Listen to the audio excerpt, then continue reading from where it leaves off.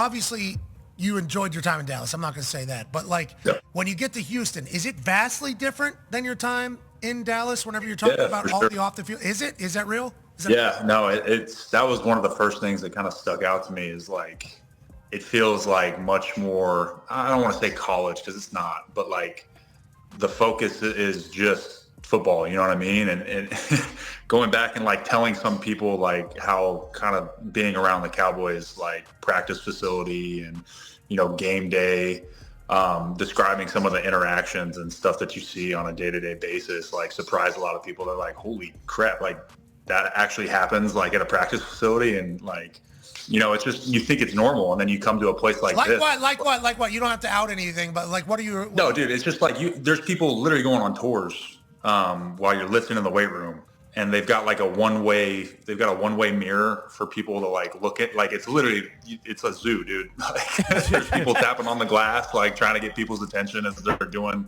you know, power cleans or whatnot. And it's just,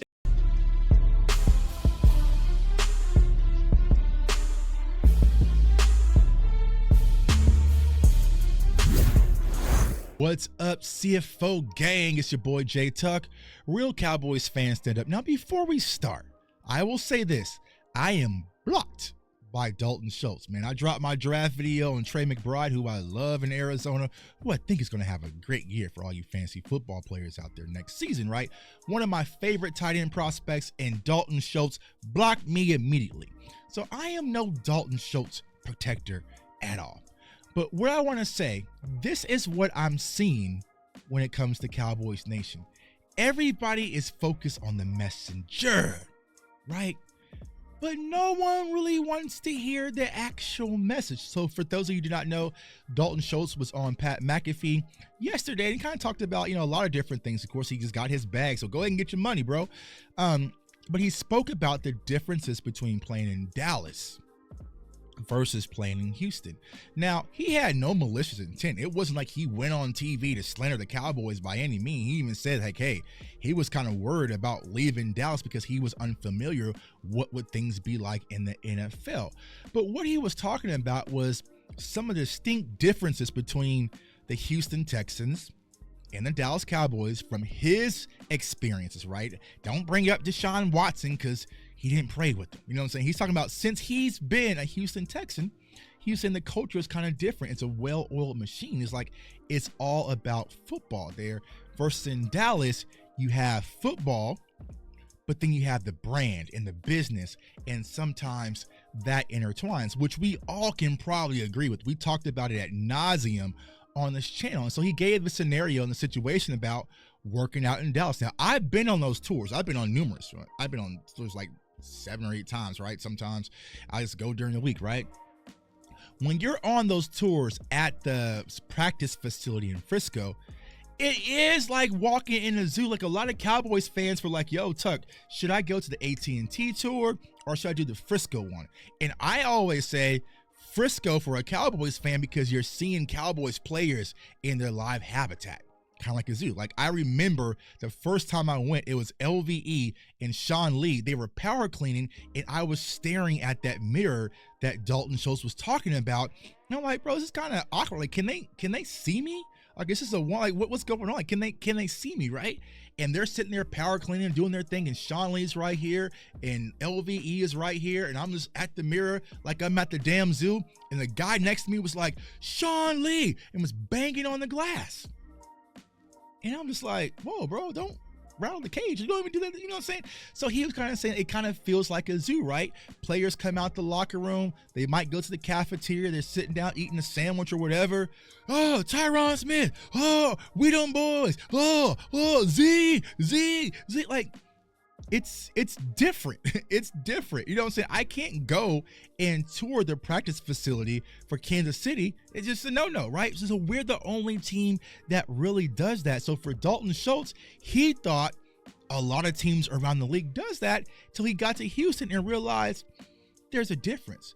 But Dalton Schultz isn't the first, and he's not the only player to say this. When I interviewed Cheeto Awuzie way back in 2021 when he's in the Super Bowl, right?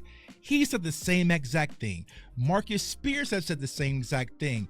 My guy Philip Tanner has said it. Jesse Hawley has said it, right? You know, my guy Des Bryant has said it. The list goes on and on. DeMarcus Ware has said it, right? The culture in Dallas is different. So what Cowboys fans do is, well, I don't like Dalton Schultz, so who cares what he has to say? He's not better than Jake Ferguson. I don't care what Dalton has to say. He couldn't even catch the ball, and that's why he moved on from the Cowboys, because we moved on from him. Now he's in Houston, Texas. So I don't even care what he has to say. Right? It's a coping mechanism. I get it. We all gotta cope. But sometimes we need to focus on the true Cowboys Nation, and it's not really that complex of a situation or a concept to understand. We're all humans. I'm a human, right? So, story time. When I worked my very first job in the financial world, right, you know, as a trader, right, I worked for a mega firm. It's a big firm. But at that firm, we got to wear jeans every day, just had to wear polos, right?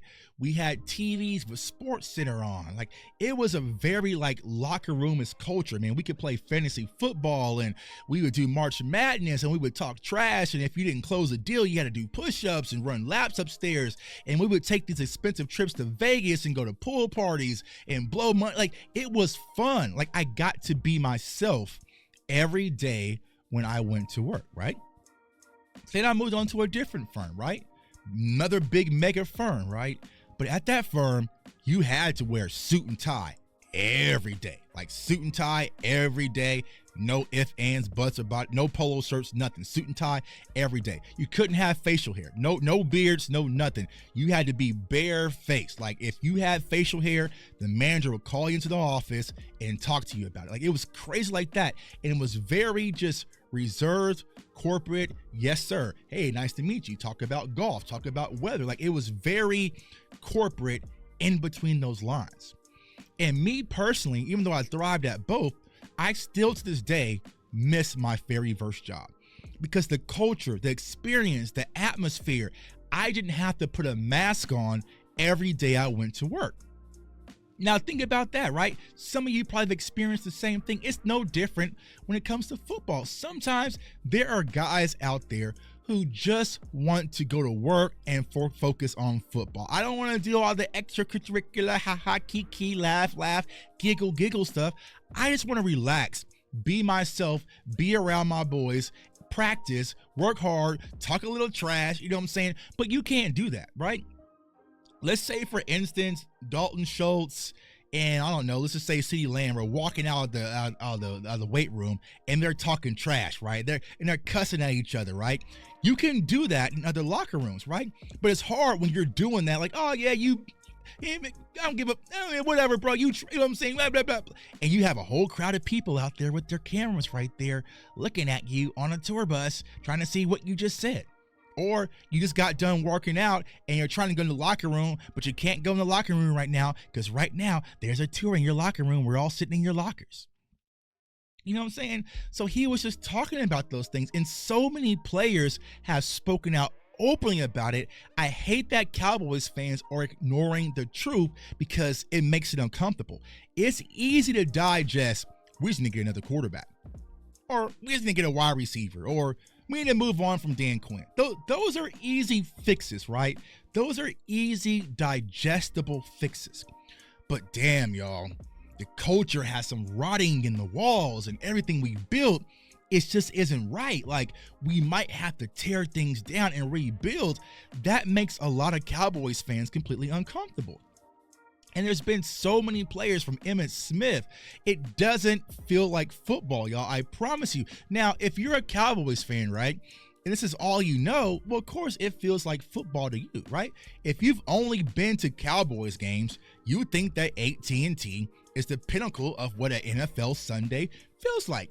But for someone like me who travels and lives in Kansas City and who's been to, Tampa and to San Fran and to New Orleans and, all over, I can sit back and tell you AT&T Stadium is not it. You know what I'm saying? That is not it. That's nothing like how NFL atmosphere should be, right? But a lot of Cowboys fans kind of just box themselves in to where it's comfortable and they don't want to hear the truth. But here's what you have to understand, Cowboys Nation. I remember each and every one of you was extremely frustrated after that Green Bay game. I remember, I got the tweets, I got the comments, everything.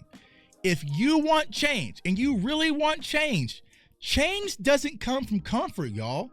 Change does not, you're going to have some uncomfortable, tough conversations if you truly want things to change.